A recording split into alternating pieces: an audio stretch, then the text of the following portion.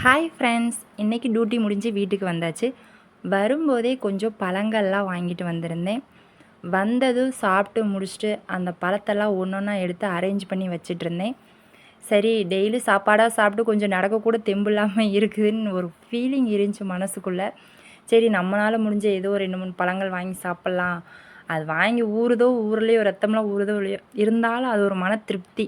அதனால் நான் சரி கொஞ்சம் பழங்கள்லாம் சாப்பிட்லான்னு சொல்லிட்டு வாங்கிட்டு வந்து எல்லாத்தையும் ரெடி பண்ணி எடுத்து வச்சிட்ருந்தேன். அப்புறம் அம்மா பார்த்திங்கன்னா, சமைக்கிற இடத்துல எண்ணெயாக தெரிக்குது, அதுக்கு ஏதாவது ஒரு ஸ்டிக்கர் இருந்தால் வாங்கிட்டு வாப்பா ஒட்டி விட்டுறலாம் அப்படின்னு சொல்லியிருந்தாங்க.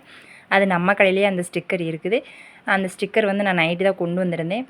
அதை ஃபஸ்ட்டு பார்த்திங்கன்னா அதில் ஃப்ரூட்ஸ்லாம் போட்டு அழகாக இருந்துச்சு. தேடி தேடி பார்த்து எடுத்துகிட்டு வந்தேன். நல்லா தான் இருந்துச்சு. சரி, வந்ததும் எல்லா வேலையும் முடிச்சுட்டு இதையும் கையோடு ஒட்டி விட்டுறலாம், காலையில் நேரம் இருக்காது அப்படின்னு சொல்லிட்டு அதையும் நான் கையோடு ஒட்டி விட்டேன். சூப்பராக தான் இருந்துச்சு. இந்த மாதிரி எண்ணெய் அதெல்லாம் படுற மாதிரி இருந்துச்சு. இந்த மாதிரி ஸ்டிக்கரில் ஒட்டி விட்ருங்க. உங்களுக்கு எண்ணெய் கரை செவுத்தில் படாது. செவுரு சேஃபாக இருக்கும். வாடகை வீடாக இருந்தாலும் சரி, சொந்த வீடாக இருந்தாலும் சரி, எல்லாமே நம்ம வீடு தானே, நம்ம குடியிருந்தால் அது நம்ம வீடு தானே.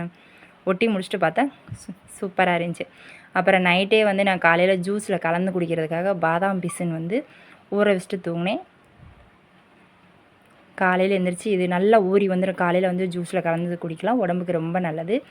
ஓகே, இந்த மாதிரி வீடியோ உங்களுக்கு பிடிச்சிருக்குன்னா லைக் பண்ணுங்கள், ஷேர் பண்ணுங்கள், மறக்காமல் நம்ம சேனலை ஃபாலோ பண்ணுங்கள். ஓகே, பாய். நான் நெக்ஸ்ட் வீடியோவில் மீட் பண்ணுறேன்.